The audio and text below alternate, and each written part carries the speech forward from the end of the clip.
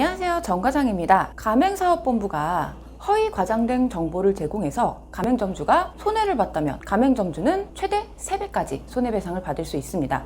그런데 이 손해의 범위, 어디까지를 손해로 볼 것이냐가 문제가 되는데요. 일단은 손해배상을 받을 수 있는 범위는 불법행위로 인해서 일어난 통상의 손해, 통상의 손해라는 게 과연 어디까지냐? 이게 당연히 인정되는 것은 가맹 계약을 체결하는 데 들어간 비용, 그리고 점포를 오픈하고 이러는 데 들어간 비용, 여기까지는 당연히 인정이 됩니다. 그런데 영업을 계속 했는데 매출이 예상만큼 나오지 않아서 영업 손실이 발생했을 때 이 영업 손실까지도 손해배상 청구할 수 있는지, 이에 대해서 새로운 판례가 나왔습니다. 영업 손실도 손해배상 받을 수 있다라는 건데요. 자, 1심에서는 영업 손실도 통상의 손해에 포함된다 였습니다. 그런데 2심에서는 아니다. 영업 손실은 이 가맹점주가 운영 능력이 어땠냐, 그리고 시장 상황이 어땠냐, 여기에 영향을 받기 때문에 통상의 손해라고는 볼 수 없다 라고 판결을 내리면서 손해배상액이 크게 줄어들었어요. 하지만 대법원에서는 가맹점주의 손을 들어주었습니다.